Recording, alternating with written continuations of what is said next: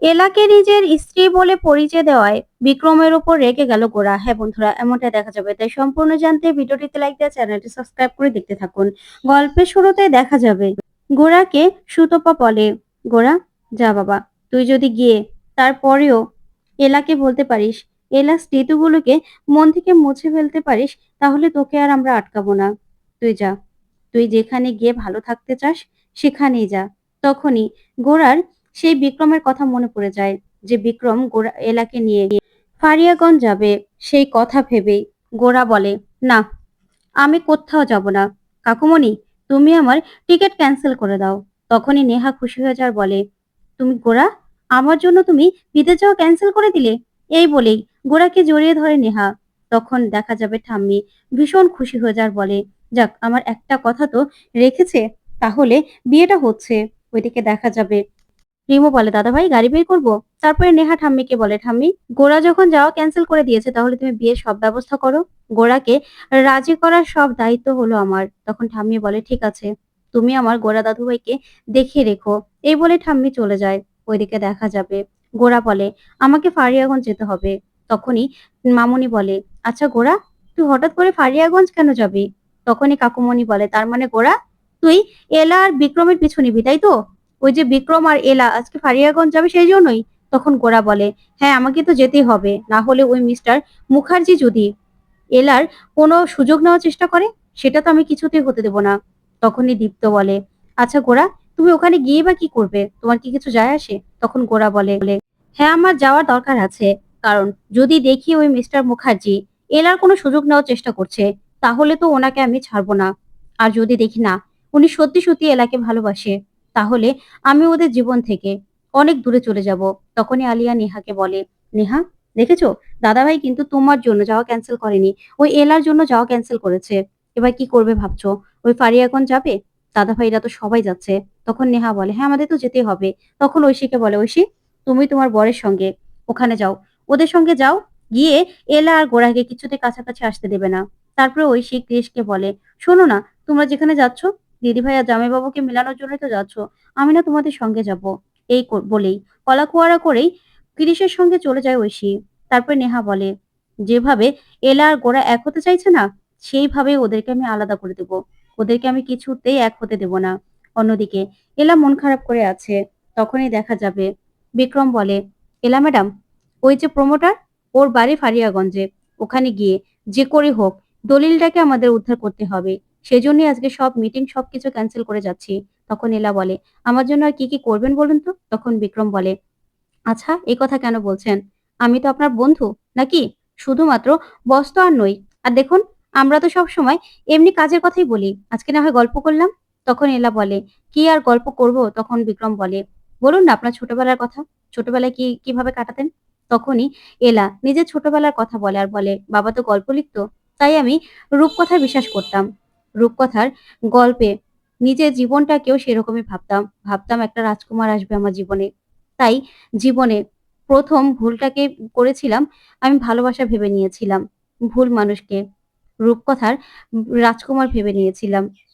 আর সেখান থেকেই মিস্টার সেন আমার ভুলটা ভেঙে দিল।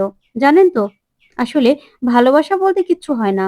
তখনই বিক্রম বলে, ভালোবাসা বলতে আসলেই কিছু হয় এলা ম্যাডাম। চারদিকে চোখ খুলে দেখতে হয়। আপনার আশেপাশে হয়তো আপনাকে ভালোবাসার মানুষ আছে, কিন্তু আপনি সেটা বুঝতে পারছেন না। তখন এলা বলে, মানে? তখন বিক্রম বলে, আসলে এলা ম্যাডাম, কদিন ধরে আপনাকে কিছু বলবো বলবো ভাবছি, কিন্তু কিছুতেই না বলে উঠতে পারছি না। আসলে আমি ঠিক তখনই এলা চোখের সামনে একদল সেই বিন্দেশিতে দেখতে পায়। তখন এলা আর বিক্রম গাড়ি থামিয়ে ফেলে। তখন এলা বলে, এরা এরা কারা? তারপরে দেখা যাবে গোড়ারা সবাই মিলে ছদ্মবেশে এলা আর বিক্রমের গাড়ির সামনে এসে দাঁড়ায়। তখন এলা বলে, এরা এখানে কি করছে আর আমাদের গাড়ি বা আটকে দাঁড়ালো কেন? তখন বিক্রম বলে, দাঁড়ান দাঁড়ান, আমি দেখছি। তখনই বিক্রম গাড়ি থেকে মাথাটা বের করে বলে, আপনারা এইভাবে আমাদের গাড়ি আটকে দাঁড়ালেন কেন? তখনই গোরা বলে, সামনে তো যাওয়া যাবে না, ফারিয়াগঞ্জ যাওয়া যাবে না। সামনে দাঙ্গা হচ্ছে, খুব মারামারি হচ্ছে, আর মেয়েদের ধরে নিয়ে যাচ্ছে, বুঝতে পেরেছেন? তখন তো এই কথা শুনে বিক্রম চমকে যায়, বলে, কি বলছেন আপনি, বলুন তো? তখন গোরা বলে, হ্যাঁ। তখন সবাই মিলে একই কথা বলে। তখন বিক্রম বলে, না না, আমাকে তো ফারিয়াগঞ্জ যেতেই হবে, আমার কাজ আছে। ওইদিকে রিমো বলে, দেখেছিস দাদা ভাই, এই মুখার্জির কেমন তারা বৌদিকে নিয়ে যাওয়ার জন্য নিশ্চয়ই কোনো বাজে মতলব আছে। তখন গোরা বলে, দাঁড়া, ওর মতলব দেখাচ্ছি। তখনই গোরারা সবাই মিলে জোর করে গাড়িতে উঠে পড়ে আর বলে, আমরা কলকাতা যাব। আপনাদের দেখে তো কলকাতারই মনে হচ্ছে, তাই আমাদের কলকাতা নামিয়ে দিলেই হবে। তখনই এলা বলে, আরে আপনারা জোর করে এভাবে গাড়িতে উঠে গেলেন কেন? কি হয়েছে আপনাদের বলুন তো? তখনই মেঘনা বলে, আসলে সামনে এত ঝামেলা হচ্ছে না, তাই ভয় করছে, তাই চলুন না কলকাতা। তখনই বিক্রম বলে, না, আমাকে আজকে ফারিয়াগঞ্জ যেতে হবে। তখন এলা বলে, থাক না মিস্টার মুখার্জি, ওরা যখন বলছে সামনে ঝামেলা হচ্ছে, তাহলে আমরা বরং ফিরে যাই। তখন বিক্রম বলে, না না, আজকে যে কাজের জন্য এসেছি সেই কাজটা তোমাকে কমপ্লিট করতে হবে। আমি পুলিশে ফোন করে খবর নিয়ে নিচ্ছি সামনে কোনো ঝামেলা হচ্ছে কিনা। এই বলি বিক্রম পুলিশকে ফোন করার চেষ্টা করে। ওইদিকে গোরা মনে মনে ভাবতে থাকে এই কথাগুলোই। তখনই বিক্রম বলে, শুনুন, আপনাদের কথায় না আমি ভয় পাবো না, একদম না।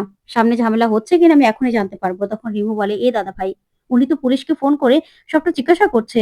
তখন ক্রিস বলে, হ্যাঁ তাই তো, এবার কি হবে? তখন মেঘনা বলে, আসল মজা তো এখন হবে, কাকুমণি আসবে। ঠিক তখনই কাকুমণি পুলিশের ছদ্মবেশ নিয়ে সেখানে এসে দাঁড়ায়। তারপর বিক্রম বলে, আপনি কে?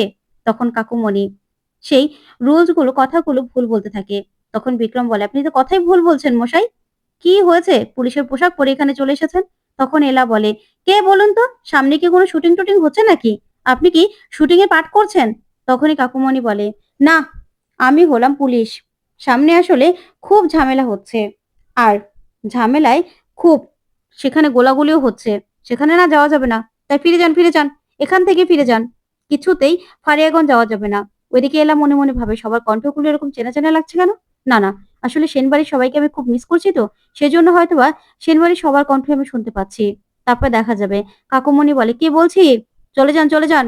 তারপরে দেখা যাবে বিক্রম বলে, ঠিক আছে ঠিক আছে, চলে যাচ্ছি। তারপর বিক্রম বলে, না, আমাকে ফারিয়াগঞ্জ যেতেই হবে। আজকে না যেতে পারি, দরকার হলে কালকে যাব, কিন্তু আজকে হোটেলে থেকে যাব। তখনই গোরা বলে, এটা কেমন কথা, হোটেলে থেকে যাবেন মানে? তারপরেই মেঘনা বলে, দাদা ভাই, একটু কন্ট্রোল কর নিজেকে, রাগ দেখাস না। তখনই বিক্রম বলে, আপনারা নেমে যান তো, গাড়ি থেকে নেমে যান, আমরা কলকাতা যাব না। আমরা আজকে এখানে কোনো একটা হোটেলে থাকবো। ওইদিকে ঐশী নেহাকে সুযোগ বুঝে মেসেজ পাঠিয়ে দেয় যে ওরা হোটেলে যাবে। তখনই দেখা যাবে এলা দেখতে পায় যে গোরা এলার দিকে তাকিয়ে আছে। তখন এলা বলে, আশ্চর্য তো, আপনি আমার দিকে এভাবে তাকিয়ে আছেন কেন? তখন বিক্রম বলে, এই, আপনি ওর দিকে এরকম ভাবে তাকিয়ে আছেন কেন? অনেকক্ষণ ধরে লক্ষ্য করছি। তখনই গোরা বলে, তাতে আপনার কি? আপনার কে হয়? হ্যাঁ, আপনার কে হয়? তখন বিক্রম বলে, আমার যেই হোক না কেন, আপনাকে বলবো কেন? ওইদিকে নেহা আর আলিয়া সে হোটেলে যায়। তখনই নেহা বলে, কি নোংরা, দেখেছো, এখানে আমি থাকতে পারবো না। তখন আলিয়া বলে, এই সারা এলাকায় না এই একটাই হোটেল, ওদের এখানেই আসতে হবে। আর ঐশীও মেসেজ দিয়েছে ওরা এখানেই আসছে, বুঝতে পেরেছো? কোনোভাবে কষ্ট করে এখানে থেকে যেতে হবে। চলো চলো, ওরা চলে আসবে। তখন নেহা বলে, কি নোংরা, এখানে কি করে থাকবো, দেখবে গোরাও থাকতে পারবে না। তারপরে ওরা তাড়াতাড়ি করে লুকিয়ে পড়ে। ওইদিকে দেখা যাবে বিক্রম আর এলা আসে। তারপরেই সেখানে গোরারাও দলবল সবাই চলে আসে। তখন হোটেলের ম্যানেজার বলে, একটা রুমই তো আছে, আপনাদের দুটো রুম কি করে দেবো বলুন তো? তখন বিক্রম আর এলা চমকে যায়। তারপর গোরা বলে, আমাদের দিন রুমটা। তারপর যখন হোটেলের ম্যানেজার বিক্রমকে জিজ্ঞাসা করে, আপনারা কি হন? তখনই বিক্রম বলে, আমরা স্বামী স্ত্রী। তখন তো গোরা প্রচন্ড রেগে যায়। তো বন্ধুরা, কেমন লাগলো